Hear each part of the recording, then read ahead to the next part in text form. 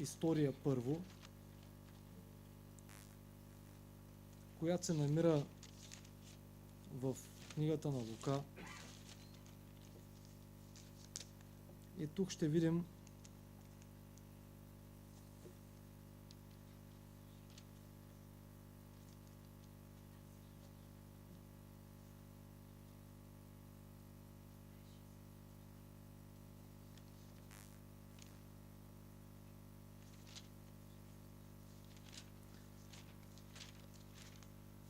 всъщност нека да прочетем Лука 13 глава. Една ситуация, в която идва един човек при Христос и му задава следния въпрос. Лука 13 и тук четем 23 и 24 стих. И някой му каза: Господи, малцина ли се, които се спасяват?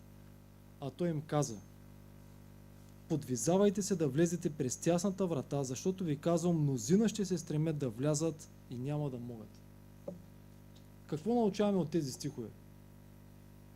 Човекът има въпрос към Христос. По-голямата част от хората ли, мнозинството от хората ли ще бъдат спасени? Какво им отговаря? Какво му каза Христос? По-голямата част или по-малката? Казва малцината. Тоест малцинството от всички хора, по-малката част от всички човеци, които са се раждали, ще бъдат спасени. Как мислите, каква е причината? Може би Бог не дава шанс на всички. Или има ограничения в Небесното царство. Това ли е причината? Нека да видим в Йоан 1 глава. Дава ли шанс Бог на всички човеци да бъдат в Небесното царство? В Йоан 1 глава 9 стих ни се казва така: истинската светлина, която осветява, какво пише? Почти всеки човек идваше на света. Така ли пише? Кой си носи Библията? А кой отваря да я чете, докато слуша проповед? Аз мога да кажа, че истинската светлина, която осветява почти всеки човек, идваше на света. А тук пише, че истинската светлина, която осветява всеки човек, дойде на света.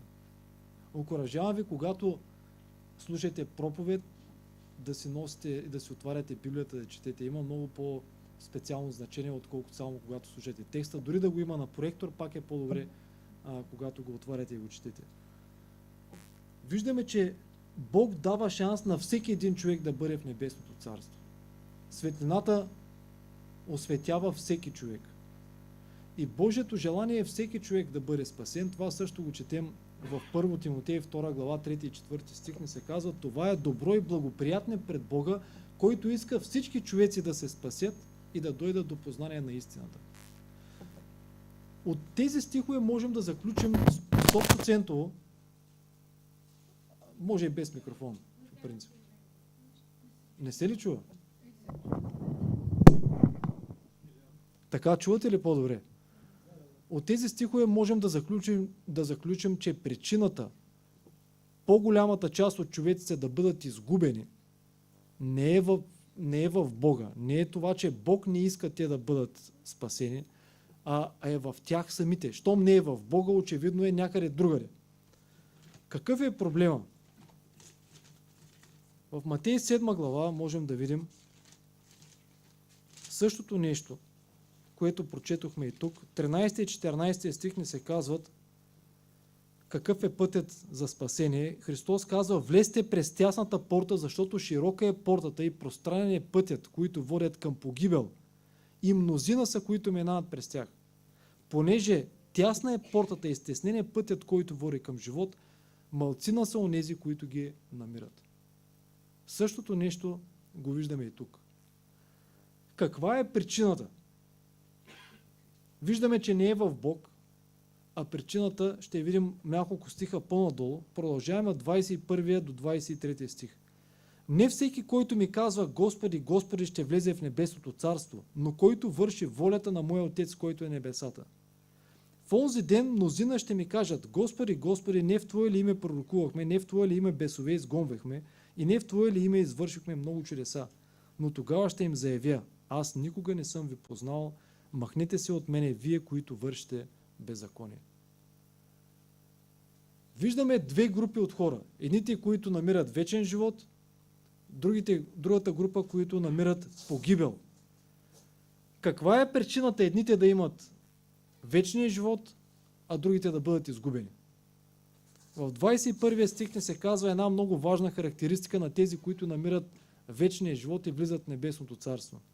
Тук пише, че те вършат волята на Отец, който е на небесата. И виждаме контрастът с тази група.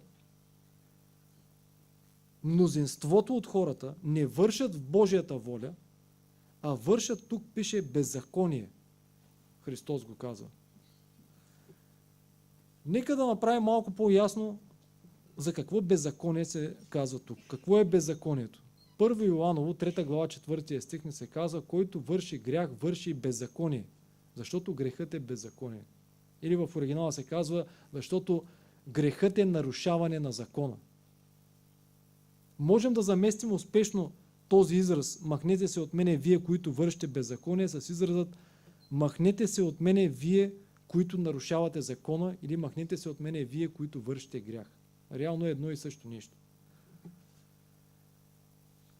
Каква е заплатата на греха? Знаем всички, Римляни 6:23, защото заплатата на греха е смърт.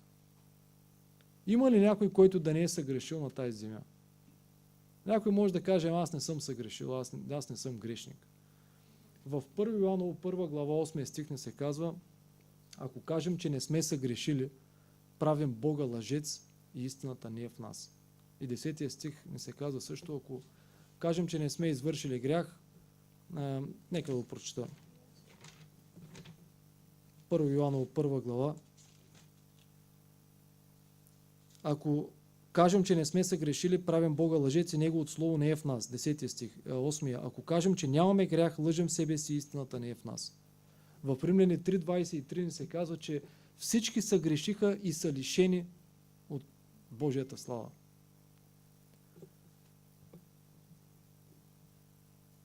Да ви задам въпроса. Аз съм говорил друг път, някой от вас може да са го чували. Грешници ли се раждаме? Каква е разликата? Тоест има ли разлика и каква е разликата? Няма осъзнат грех, но ти се раждаш с естество, което Бог не е завел.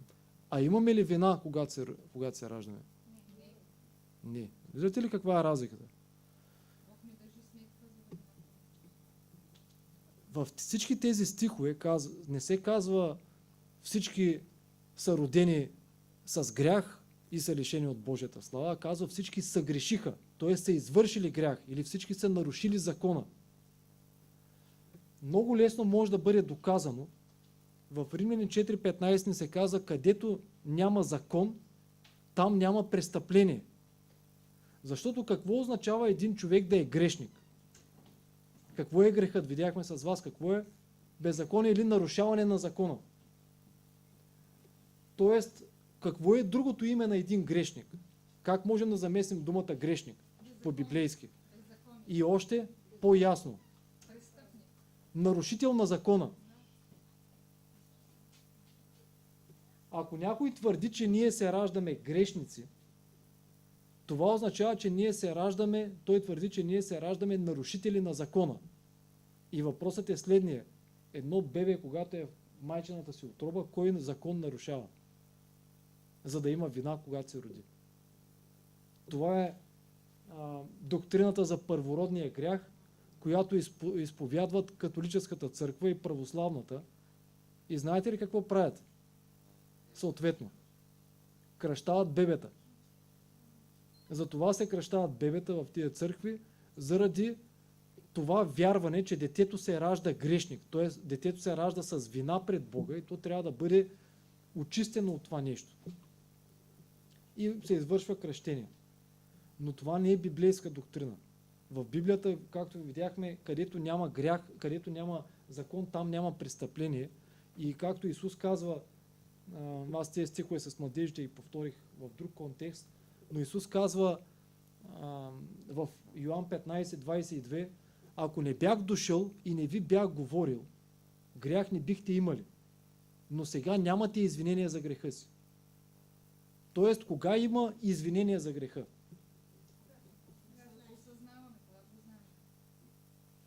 Не питам, кога има извинение за греха?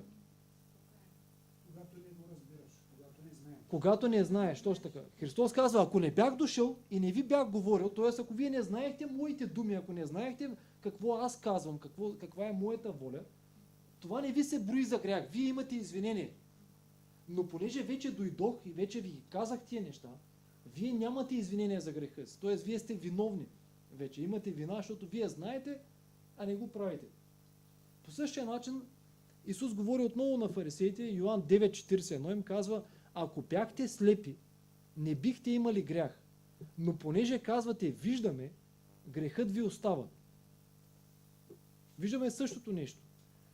Кога идва осъждането? Кога идва виновността и присъдата от Бога?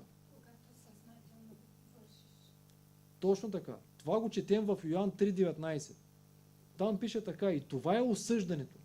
Светлината дойде на човеците, но човеците обикнаха тъмнината повече от светлината, защото делата им бяха зли. Кога имаме осъждане, кога един човек е виновен пред Бога? Когато дойде светлина към него, когато дойде знание за доброто, а той избере тъмнината. Бог, да, видяхме, че светлината от Йоан 1:9, че светлината дойде върху всички човеци. Знанието за Бога. Шанса за спасение. Обаче не всички го приеха. Не всички пожелаха. До какво опира? Докъде? Защото Бог дава шанс, чука на всяка врата, но вижте във 2 Солунци, 2 глава от 10 до 12 стих какво не се казва там. И защо някои хора не повярваха в истината, а повярваха на заблуда. Там пише така, понеже не приеха да обичат истината, за да се спасят, Бог допусна лъжа да действа, заблуда да действа между тях, за да повярват на лъжа и да бъдат осъдени всички, които не са повярвали в истината, а са имали благоволение към неправдата. Виждате ли каква е разликата? Защо една група от хората приемат светлината, приемат Христос за свой Спасител, оставят своето аз, защото имат благоволение към истината. На тях им харесва морала, на тях им харесва доброто. Докато на друга група от хора, както фарисеите бяха, Христос им говори, върши чудеса пред тях, върши най-голямото чудо. Даже притчата за Лазар и богаташа, която им е каза точно за това нещо. И името на Лазар не е случайно използвало там. Защото Христос вече беше възкресил. Лазар бил 4 дни в гроба. И пред техните очи го направи. И той им каза, вие, ако не слушате Моисей, и даже и мъртъв да възкръсне, пак няма да му повярвате на него. И то точно така стана. Те вече го бяха направили това нещо. И какво искаха фарисеите? Да убият и Лазар и да убият и Исус. Да се премахне. И казаха, че тия чудеса ги прави със силата на Сатана. Защото те нямаха благоволение към правдата. Нямаха благоволение към истината. И Бог допусна различни заблуди, затова е много хора. И дори в нашата църква. Ересите, които върлуват и в нашата църква, Бог ги допусна. Това е първата фаза на пресяването на Божия народ. Това са ересите. Как един човек, аз с много хора съм говорил, знаете, различни ереси има, и за Святия Дух, че не е личност, и най-различни. И ти му показваш на човека цитати, стихове, които говорят, и той казва, не, това не е така. И го тълкува по различен начин. Защо е това нещо? Как е възможно един човек, който търси искрено истината, ти да му показваш истината и той да казва, не, това не е така. Има една единствена възможност. Той човек съвсем съзнателно на него да не му харесва истината. На него да има благоволение не към правдата, а към неправдата и Бог допуска Святия Дух да не работи в него. Тоест, един човек, който не търси искрено истината, Святия Дух няма как да работи в него, когато той отхвърля светлина, която идва към него. Единственото средство да разберем Божието Слово е само единствено чрез Святия Дух в нас. В Притчи 1.23 ни се казва: и ще излее духа си във вас и ще ви направя да разберете словата ми. В Йоан 16.13 пише, че духът на истината ни опътва във всяка истина.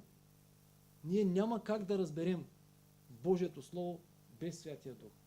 То остава като едно секретно писание, все едно четем някакъв код, на който не знаем как да го тълкуваме. И затова една група от хора във 2 Петро 3.16 не се казва какво правят. 2 Петро 3.16.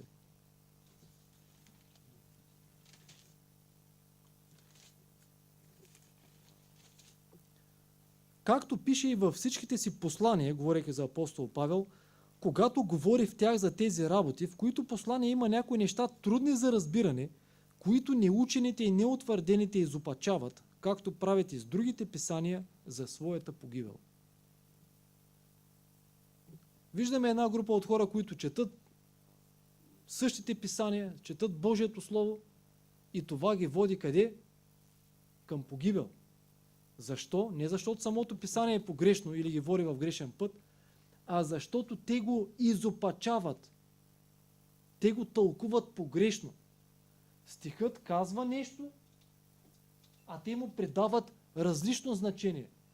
И това различно значение е заблуда, която ги отклонява от истината, тръгват настрани и крайна сметка това е погибел.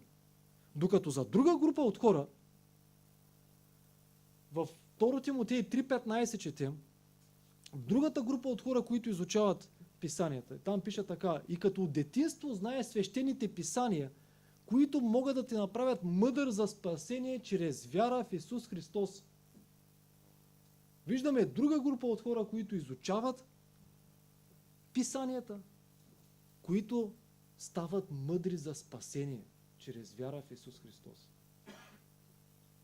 И всичко опира до това, ние към какво имаме благоволение? Към правдата, към истината или към неправдата? И съответно към заблудата. Ако ние обичаме правдата вътре в сърцето си и се молим на Бог да ни води в истината, бъдете сигурни, че няма как да останем в заблуда. Това е 100% гарантирано. Святия Дух ще ни опътва във всяка истина. Защо ставаме грешници? Защото пише: всички са грешиха и са лишени от Божията слава в Римляни 3.23. Всички са грешиха. Защо? Раждаме се с греховно естество. Другата дума, библейската дума, която се използва в Библията за греховното естество, е думата плът. Четем го в Галатяни 5 глава. Какво прави греховното естество или плътта, когато ние наследим? Защото ние се раждаме без да сме го избрали това нещо. Ние се раждаме от самото начало. Компютърните специалисти могат да кажат по дефолт. Се раждаме така. Станимир може да го потвърди това нещо. По дефолт ние се раждаме с греховното естество и то автоматично ни прави да се грешим. Вижте какво прави плътта. Галатяни 5 глава и вижте 16 стих и 17. Първо 16 да прочетем само. И така казвам: ходете по духа и няма да угаждате на плътските страсти. И първата част на 17 стих. Защото плътта желае силно противното на духа. Нека да спрем само до тук за момент. Виждате ли колко интересно? Раждаме се всички с това греховно естество, което желае противното на духа, противното на Божиите неща. Раждаме се с тази свръхестествена сила, можем да го наречем. И това е свръхестествена сила, на която ние не можем да изберем, т.е. ние не можем да противостоим. В нас самите няма сила, на която да противостои на греховното естество или на плътта. И това автоматично, резултатът, имайки тази склонност и това желание към противното на Бога, това автоматично ни прави 100% да съгрешим. Да нарушим вече Божия закон като съзнателни същества. Някои хора придобиват тази съзнателност още 4, 5, 6 годишни деца, не знаем на каква възраст. Всяко дете по различен начин, в различна годишна възраст озрява и съзнава тези неща. Но Елън Уайт има цитат, в който пише, че 8-12 годишни деца със сигурност, ако нямат, разбира се, някакви умствени заболявания или проблеми, едно нормално дете, развиващо се на 8-10-12 години, то стои самостоятелно пред Бога. Вярата на неговите родители не го покрива. Той вече може да избира доброто или злото. Както Библията го нарича. Има такова време, преди да се научи да разбира доброто и злото, т.е. имаме време, когато детето не съзнава и не може да разбере. Той не е съдено. То няма адекватен избор. Бог винаги съди хората по тяхното информирано решение. За доброто, за правдата или за злото и неправдата. И вижте какъв е резултата. Когато се родим с тази плът, с която желая противното на духа, вижте надолу се изборява какво прави тая плът. От 19 стих до 19, 20 и 21.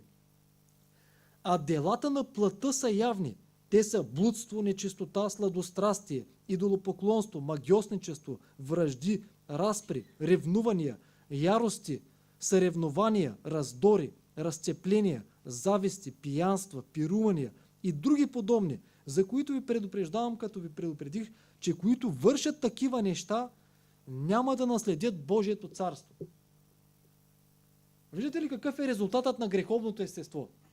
Грях, и тук са изборени всякакви групи на различни грехове. Това е естественият резултат на тази сила, свръхестествена сила, на която ние не можем да устоим, с която ние се раждаме. И тя ни прави да станем грешници. Но най-хубавото нещо е, вече прочетохме с вас, че Бог не иска неговите деца да завършат със смърт, да завършат по този начин. И Той дава изход от ситуацията. Римляни 6.23 продължава стиха, защото заплатата на греха е смърт, а Божият дар е вечен живот. И Бог обещава вечния живот на всеки един. Какво прави Бог, за да се осъществи това желание? Ние да бъдем от тази група на малцината, да бъдем спасени. Всяко едно човешко същество да има този шанс. В Исаия 53, 6 стих четем, че всички ние се заблудихме като овце, отбихме се всеки в своя си път. Може ли една заблудена овца да се върне сама при пастира или в кошарата? Как мислите? Не може да се върне. Овцата е такова животно, че тя има нужда, тя е специфична. Ако е куче, нали ще се върне, ако е котка, ще се върне. Има случаи, които на десетки километри закарват куче или котка и то после се връща. Ама овца да намери, тя си бута главата в предишната овца, оставиш ли я сама някъде, тя е край. Тя ще умре там и няма да се измъкне по никакъв начин сама. Не напразно се използва този израз. Всички ние се заблудихме като овце, отбихме се всеки в своя си път. Защото ние сами не можем да намерим правия път, ние не можем да се оправим сами. Най-хубавото нещо, че това е мисията на Христос. Христос казва Лука 19:10, понеже човешкият син дойде да потърси и да спаси погиналото. Точно ние, които сме обречени, родени с греховно естество, което ни прави да съгрешим, да станем грешници и да заслужаваме смърт, да бъдем заблудена овца, която е напълно без никакъв шанс в пустощта, точно там идва Христос да потърси и да спаси погиналото. И притчата, която той разказа, е много интересна. В Лука 15 глава от 4 до 7 стих. И там той казва така: кой от вас, ако има 100 овце и една от тях не се изгуби, не оставя 99 и не тръгва след изгубената, докато я намери. И като я намери, вдига я на раменете си радостен. И като си дойде от дома, свиква с приятелите и съседите си и им казва: елате и се радвайте с мене, защото намерих изгубената си овца. И Христос продължава 7 стих. И казвам ви, също така ще има повече радост на небето за един грешник, който се кае, отколкото за 99 праведници, които нямат нужда от покаяние. Виждаме тук много ясно, че Христос не говори просто за някакви буквални овце, а говори за грешници, които имат нужда от покаяние. И по същия начин виждаме и неговата любов. Той е готов да остави всички други, които са здрави, за да отиде да потърси и да спаси погиналото. И това е нещо наистина уникално, че Бог не иска ние да останем там изгубени овце в нищото, но Той дава светлина, дава истина, дава шанс за спасение на всеки един човек.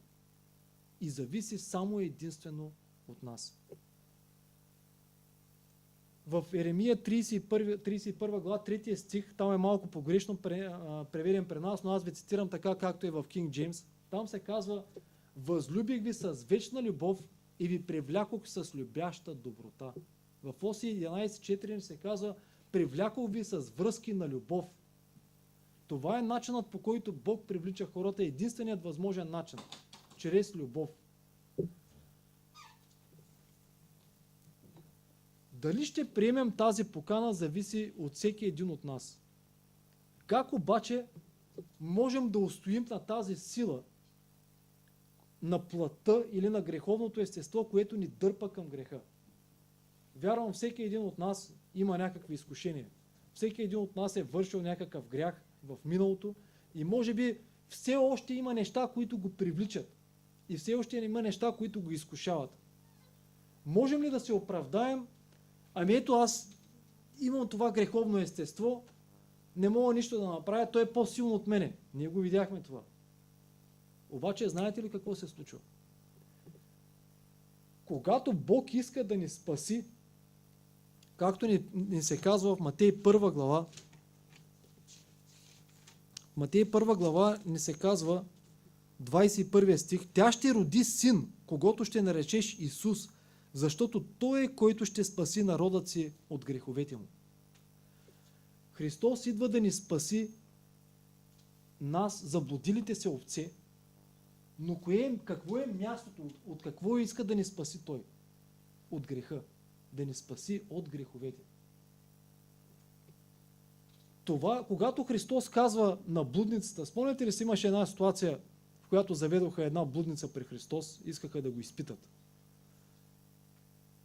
И казаха: Моисей е написал такива да ги убиваме с камъни. Ти какво ще кажеш? Спомняте ли ситуацията? Христос каза: който от вас няма грях, нека пръв хвърли камък по нея. Спомняте ли се? И какво? И пишеше по земята. Какво пишеше? В Библията не ни е казано, но съм благодарен за книгата Копнежа на вековете, където е описано, че той пише техните грехове. Представете ли си? Ти, еди с какво си напа? Ти, така, ти другото. И тия, както държаха камъните, пише един по един, пуснаха камъните и се заминаха. И каза: никой ли не те осъди? И тя каза: никой, Господи. Той каза: и аз не те осъждам. Иди си. И какво каза? Не съгрешавай повече или не съгрешавай вече. Би ли казал Христос нещо, което е невъзможно за нея? Защото има хора в нашата църква, дори които казват, че е невъзможно да спрем да съгрешаваме. Невъзможно е да се победи греха. До последно ние ще грешим до второто пришествие. Христос би ли казал нещо: иди си и не съгрешавай повече. И тя може да му каже: това не е възможно. Щеше ли да й каже Христос нещо невъзможно? Или както ни казва: бъдете съвършени и вие както вашия Отец е съвършен. Можем ли да бъдем съвършени или не можем? С Христос можем. Да, ние самите не можем. Говорим принципно. Христос би ли ни казал нещо, което е невъзможно? Или бъдете святи, както вашия Бог е свят? Можем ли да бъдем святи или не можем? Не. Може. Можем, защото ние сме свети. Може, защото той казал. Точно. Вижте, 100% сами не можем. Ние видяхме, че сме заблудени овце, които не можем да направим. Въпросът е, че с него, щом Бог ни казва нещо, значи това е възможно на 100%. Как е възможно това да стане? Защото видяхме, раждаме с греховно естество, с плътта, която желая противното на духа, противното на Бога. Видяхме плодовете на плътта какви са. Идолопоклонство, магиосничество, блудство, нечистота, всякакви други. Различни групи от грехове. Как може да бъде победено? Христос ни казва много ясно. Защото първата стъпка, първо Йоанно 1.9 ни казва, ако изповядаме греховете си, той е верен и праведен да ни прости греховете и да ни очисти от всяка неправда. Това е точно така. И Притчи 28.13, който крие престъпленията си няма да успее, но който ги изповяда и оставя, ще намери милост. Тоест, възможно, още веднъж, възможно ли е да оставим греховете? Пак да го кажем така. Ако Библията ни казва, че който ги изповяда и оставя, значи е възможно да ги оставиш все пак. Как става възможно на практика това нещо ние да оставим греховете и да победим тази сила, с която ние се раждаме, сила, която ни прави да грешим и да обичаме греха? В Йоан 3 глава Христос има един интересен разговор на 4 очи, или може би пред някой от учениците, може би пред Йоан, който го е записал, но той говори с Никодим. И вижте какво му казва той. 5 стих. Истина, истина ти казвам, ако не се роди някой от вода и дух, не може да влезе в Божието царство. Виждаме какво е средството. Да се роди с вода и дух. Чух някой, че спомена кръщението, нали? Кръщението е символ точно на това. Но знаете ли, че има много хора, които са се кръстили и които никога не са били родени отгоре? Както има и много хора, които не са се кръстили, но са родени отгоре. Защото самият акт на кръщението не ни носи новорождение. Разбирате ли каква е разлика? Самото потапяне във водата не те прави ти да станеш нов човек. Това би трябвало да е символ, това е външното проявление на нещо, което вече се е случило в сърцето. Като твоя декларация. Точно така. Това е твоя декларация пред цялото общество и пред Бога, че ти избираш Божия път. Но ти за да го направиш това решение, ти вече си го направил преди това. Както е с брака. Това е един завет с Бога и кръщението. По същия начин е и брака с една жена. Самият ден на брака не те прави ти да я обичаш и ти да направиш решението. Ти си го направил това решение преди това и самата церемония, тя затвърждава това пред властите и пред цялото общество. Нали разбирате разликата каква е? Раждането отгоре е едно свръхестествен акт. Тук се случва една пълна промяна. Това се случва само единствено, когато човек наистина с цялото си сърце застане пред Бога и каже: пътя на истината избирам. Твоя път избирам. Нека бъде Твоята воля за моя живот. Готов съм да се откажа от всичко в този живот, само и само искам да върша Твоята воля. Моля Те, промени ме. Осъзнавам, че съм грешник. Осъзнавам, че не заслужавам нищо. Но Те моля, Боже, Ти промени моето сърце. Ти ми дай ново сърце и нов дух вложи вътре в мен. И тогава ще се изпълни Езекиел 36:26, където се казва: и аз ще ви дам ново сърце и нов дух ще вложа вътре у вас. И като отнема каменното сърце от плътта ви, ще ви дам меко сърце. И ще вложа духа си вътре у вас и ще ви направя да ходите по повеленията ми, да пазите заповедите ми и да ги изпълнявате. Как е възможно, ако видяхме, че нарушаването на заповедите е грях, а пазенето на заповедите какво е? Как може да го наречем? Победа над греха. Няма как ти хем да пазиш заповедите, хем да вършиш грях. Разбирате ли? Но тук виждаме и какъв е ключът. Можем ли сами да пазим заповедите, т.е. да не вършим грях, да кажем така?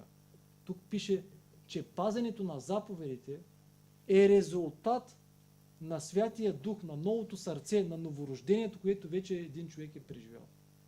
Защото какво се случва? Случва се 2 Петро 1 глава 4 стих.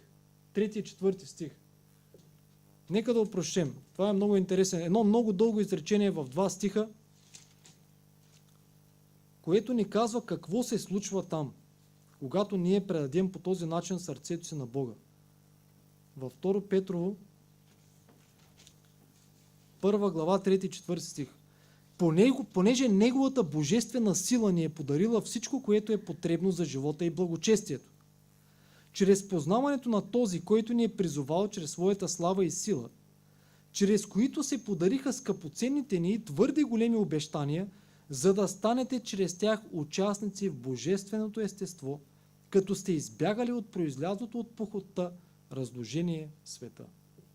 Виждаме какъв е ключът за победа над греховете, ключът за победа на нашето греховно плътско естество. Какъв е той? Четем го тук. Какви ставаме, когато изберем Божия път и предадем сърцето си на Него? Тук пише, че ставаме участници в божественото естество. Ако четем коментарите на Елън Уайт, тя пише, че се прибавя свръхестествен елемент.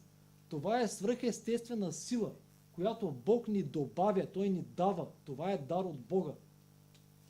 И благодарение на тази свръхестествена сила от Бог, тя може да противостои на греховното естество, с което се раждаме, с тази склонност към греха. И ние можем да бъдем нови създания. Затова в Римляни 6 глава, 3 и 4 стих четем. Нека да опрочтем. Римляни 6, 3 и 4 стих. Или не знаете, че всички ние, които се кръстихме да участваме в Исус Христос, кръстихме се да участваме в смъртта Му. Затова чрез кръщението ние се погребахме с Него да участваме в смърт, така че както Христос бе възкресен от мъртвите чрез славата на Отца, така и ние да ходим в какъв живот пише тук? В нов живот. И във 2 Коринтяни, 5 глава 17 стих ни се казва за това, ако някой е в Христос, то е какво създание? Ново създание. И какъв живот живее? Нов живот. Виждате ли тези неща? Веднъж приели напълно, веднъж избрали правдата, избрали Божия път. Имаме една свръхестествена помощ от Бог. Той ни прави участници в Неговото, в Божественото естество. Добавя Святия Дух в нас, тази допълнителна сила, без която ние не можем да устоим на греховното естество. И така ние можем да победим, защото и вижте каква борба се води. Това е борбата вътре във всеки един от нас. В Галатяни се връщаме отново 5 глава, където четохме с вас. Нека да видим какво прави Святия Дух, когато го имаме. Защото плътта, 17 стих надолу, защото плътта желая силно противното на духа, а духът противното на плътта, когато го имаме, когато сме го избрали. И какво прави? Понеже те се противят едно на друго, за да не можете да правите това, което искате. Виждате ли каква битката е в нас? Имаме две сили, които са по-силни от нас. Греховното естество, което ни прави да се грешим, обаче избирайки Бога, Той ни дава другата сила, Святия Дух в нас, който се противи, който се бори срещу греховното естество и го побеждава, защото е по-силно от него. И това ни прави победители над греха. И вижте какъв е резултатът от пребъдването на Святия Дух в нас. Четем по-надолу. Видяхме какви са делата, видяхме какви са плодовете на греховното естество. И сега вижте какъв е плодът на духа. 22 и 23 стих. А плодът или резултатът на духа, можем да го кажем, е любов, радост, мир, дълготърпение, благост, милосърдие, вярност, кротост, себеобуздание. Против такива неща няма закон. Защо няма закон? Защото те изпълняват закона. Реално. Виждате ли нагледно какво се случва? Как е възможна победата? Обаче най-интересното нещо, знаете ли кое е? Че веднъж приели, веднъж родили се отгоре, това не означава за цял живот родени отгоре. Знаете ли, че можем да изгубим, веднъж станали участници в божественото естество, ние можем да го изгубим много лесно. И когато го изгубим, т.е. когато изгубим тази свръхестествена сила, този свръхестествен елемент в нас от Бога, който задържа греховното естество подвластно и ние ходим по Божията воля, ако ние го изгубим, греховното естество отново взема превес, защото то е по-силно от нас. И то ни прави отново да съгрешим и да желаем отново греха. Затова апостол Павел казва в 1 Коринтияни 15:31, казва: аз всеки ден умирам. Затова Христос ни казва в Лука 9:23, ако някой иска да дойде след мене, нека се отрече от себе си и нека носи кръста си всеки ден и нека ме следва. Отричането от нашето аз и избирането на Божия път би трябвало да е ежедневно преживяване, а не еднократен акт. Това е единственият ключ към победата на всеки християнин. Ежедневно преживяване. Всяка сутрин, събуждайки се пред Господа насаме: Боже, признавам, че аз не заслужавам Твоята милост. Не заслужавам Твоята доброта. Прости на мен грешника. Моля Те, Боже, избирам пътя на правдата, избирам Твоя път, пътят на истината. Признавам се, че имам изкушение в тази сфера, в другата, в третата, в четвъртата. Осъзнавам обаче, че Ти си по-силен. Защото в Юда 24 пише: а на онзи, който може да ви препази от препъване и да ви представи непорочни. Да, нека да му проща, да не го, че последната част ми избяга. Юда 24. А на онзи, който може да ви пази от препъване и да ви представи непорочни в радост в своята слава. Боже, Ти ми помогни. Искам да ходя в Твоя път. Искам да не съгрешавам. Искам да върша Твоята воля. Искам да мога да върша всичко това, което е угодно на Теб. Помогни ми, моля Те. Вземи моето сърце и ми дай ново сърце. И хубавото нещо, знаете ли кое е? Че Бог изпълнява това. И най-хубавото е, че много хора смятат, че Божията благодат се изчерпва до там, докато покрие нашите грехове. До когато ги изповядаме, те да ни бъдат простени. Както ни се казва в Есяне 2 глава 8 стих и 8-9 ни се казва: защото по благодат сте спасени чрез вяра, и то не е от самите вас. Това е дар от Бога. Не чрез дела, да не се похвали някой. Най-хубавото нещо е, че Божията благодат не спира до тук, а продължава. Божията благодат в Тит 2 глава от 11 до 14 стих не се казва така: понеже се яви Божията благодат, спасителна за всички човеци, като ни учи да оставим нечестието и светските страсти. Забелязвате ли? Да оставим нечестието или да оставим греховете, светските страсти и да живеем разбрано, праведно и благочестиво в настоящия свят. Като имаме блажената надежда, славното явяване на нашия велик Бог и Спасител Исус Христос, който даде себе си за нас, за да ни изкупи и да ни очисти за себе си народ за свое собствено притежание, ревностен за добри дела. Виждаме, че Божията благодат, тя продължава, тя ни прощава греховете, но Божията благодат е и тази свръхестествена сила ние да побеждаваме греховете и да можем да живеем нов живот, да бъдем нови създания, да оставим нечестието и светските страсти и да живеем разбрано, праведно. Можем ли да живеем праведно? Какво казва този стих? И да живеете разбрано, праведно и благочестиво в настоящия свят. Какъв е настоящия свят? Праведен ли е? Не. Той е като едно блато. Но можем ли ние да живеем благочестиво и праведно? Тук пише, че можем. Благодарение на Божията благодат, на тази сила. И ключът е точно там. Всеки ден да предаваме сърцето си на Бога. Вижте също в Тит 3 глава, много интересно, пак не се казва нещо подобно. Тит 3 глава, 5 стих.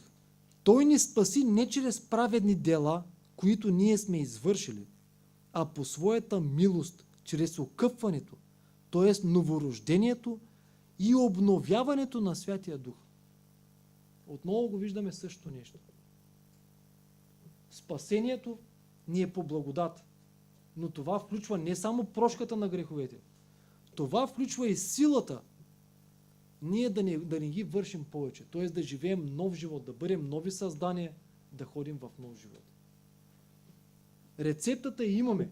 Всеки един от нас. Искам да ви покажа едно изображение. То беше в другата презентация, другата тема, която мислех да ви представя. Но мисля, че е актуална и за тази. И ще ви го покажа от моя монитор. Някои от вас може да са виждали тази илюстрация. Ако са я виждали, защото съм представил тази илюстрация, много е интересна.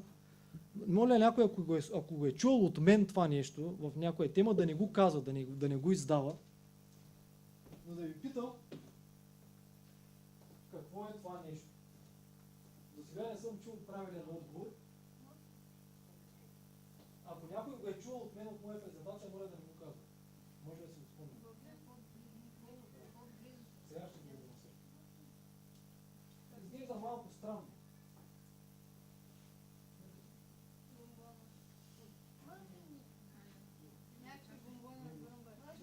Съгласен, вижте, аз ако не го знаех, също нямаше да го познаеш. Ще е много трудно да бъде познат. Обаче да и питам така. Сигурен съм, че на другия въпрос ще отговорите по-лесно. Красиво ли е това нещо? Как не бихте ли си го сложили в хода на картина, примерно? Що ме вижте? Тоест, изглежда много зле, много грозно. Нали съгласен с това нещо? Така е. Добре. Знаете ли, сега, кой би се изкъпал тук, в това място? Изглежда ли ви добре? Жаби се, да, ама ти. Кой би се изкъпал в това място? Къде на камерата?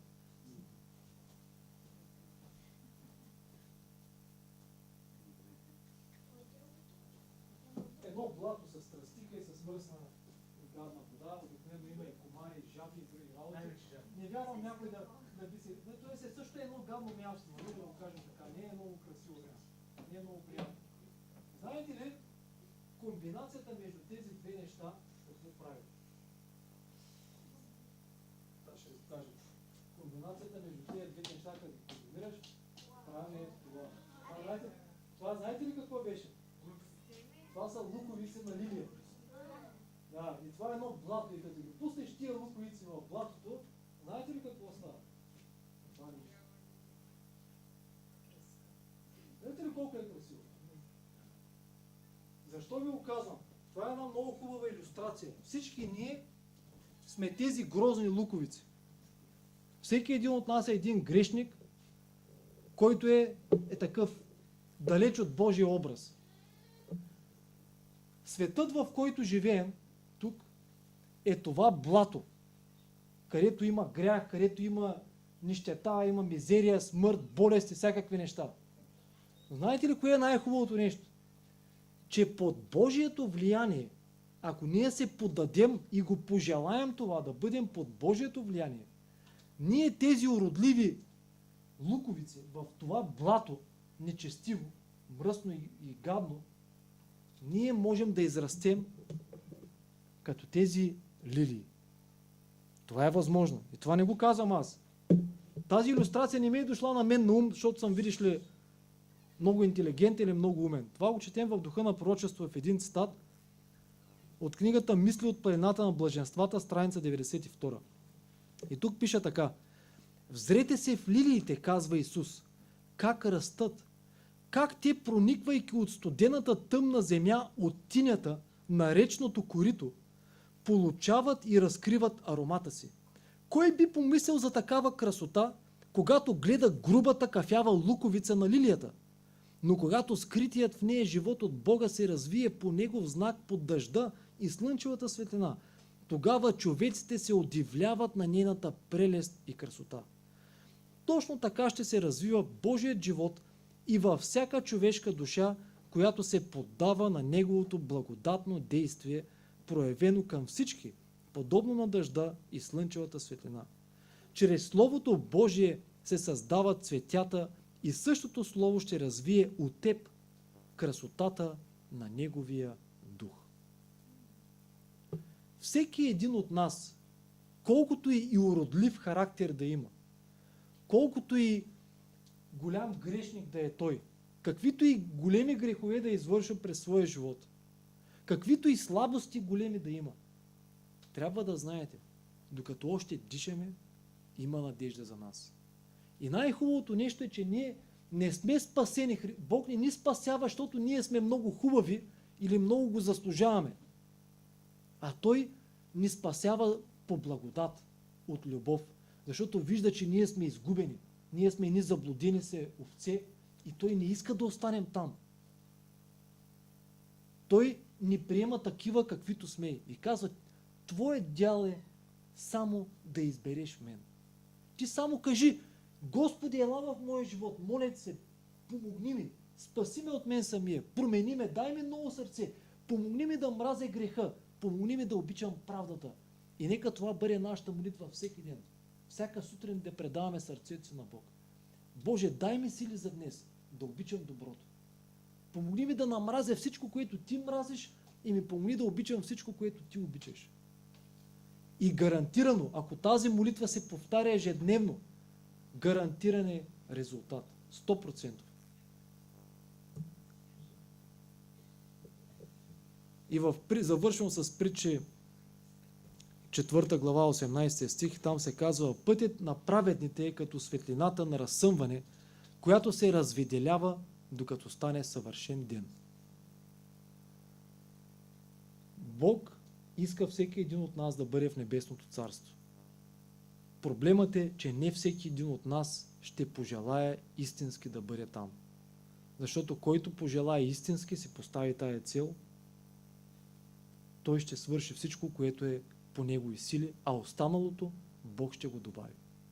Но се изисква ние да претеглим на везните този свят, богатство, слава, всякакви други неща с Божието царство и да изберем. И да решим, както Даниил реши в сърцето си да не се оскверни и да каже, Боже, Твоя път избирам. И това да бъде нашето ежедневно решение и Бог ще ни помогне. И ще бъдем от групата на малцината. Кой иска да бъде от тази група на малцината, които ще ходят по тесния път? Не звучи много привлекателно така, като го кажа, но знаем резултатът. Ако го кажа по другия начин, кой иска да бъде в небесното царство, да има вечен живот, кой иска да бъде като лилия в този свят, в това блато, където има толкова грозни неща, той може да свети наоколо. Той може да бъде като едно светило там, където е. Като представете си в едно село, изоставено, да сложите един голям фенер, една голяма лампа на центъра, която да разпръсква светлина. Бог иска всеки един от нас, той ни казва, вие сте светлината на света. Вие сте светлината на света. Бог иска всеки един от нас, той има план да бъде светило, да бъде като тази лилия. Хората, когато виждат тази лилия, те се очудват как може това нещо да се случи. В това блато толкова грозно такава красота. По същия начин ние можем да имаме, може да не сме красиви на външен вид, но истинската красота е тази, която е вътре в характера. Това е красота, докато другата красота отвън не можем да я придобием, колкото и да се опитват с пластични операции, много често се загрозяват повече, мислейки, че са по-красиви. Това не може да бъде постигнато. Обаче вътрешната може да бъде постигната само, разбира се, с Божията помощ. Зависи от нас, дали ще го желаем истински. Аз лично осъзнавам, че съм тази грозна луковица, но осъзнавам и се моля всеки ден на Бог да ме променя. Кой иска да направи това решение днес пред Бог, пред ангелите, да каже, Боже, помогни ми, моля, аз искам да бъда този човек. Работи в моето сърце и нека бъде Твоята воля. Бог да ни помогне наистина да предадем сърцата си на Него и един ден да бъдем в Небесното царство. Бог да благослови всеки един от вас.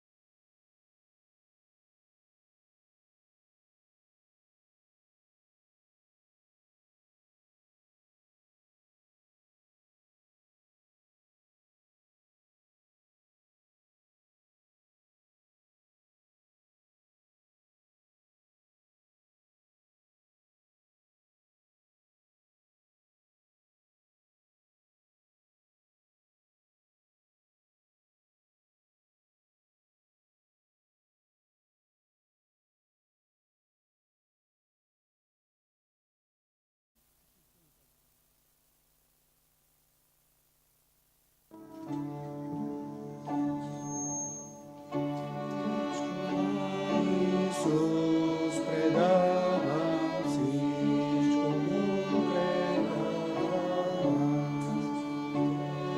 Обичам и ще вярвам, Той с мене всеки час. Всичко аз давам, всичко аз. Давам го на Теб, Исусе, давам всичко аз. Всичко на Исус предавам и смирено кланям се. Синих света забравям и миле Исусе. Всичко аз, давам всичко аз. Давам го на Теб, Исусе, давам всичко аз. Всичко на Исус предавам, нека съм изцяло. Дай ми Ти любов и сила, вечно можеш да съм Твой. Всичко аз, давам всичко аз. Давам само Теб, Исусе, давам всичко аз. Всичко на Исус предавам, Боже вечен аз съм Твой. Дай ми Ти любов и сила, име Ти благослови. Всичко аз, давам всичко аз. Давам го на Теб, Исусе, давам всичко аз.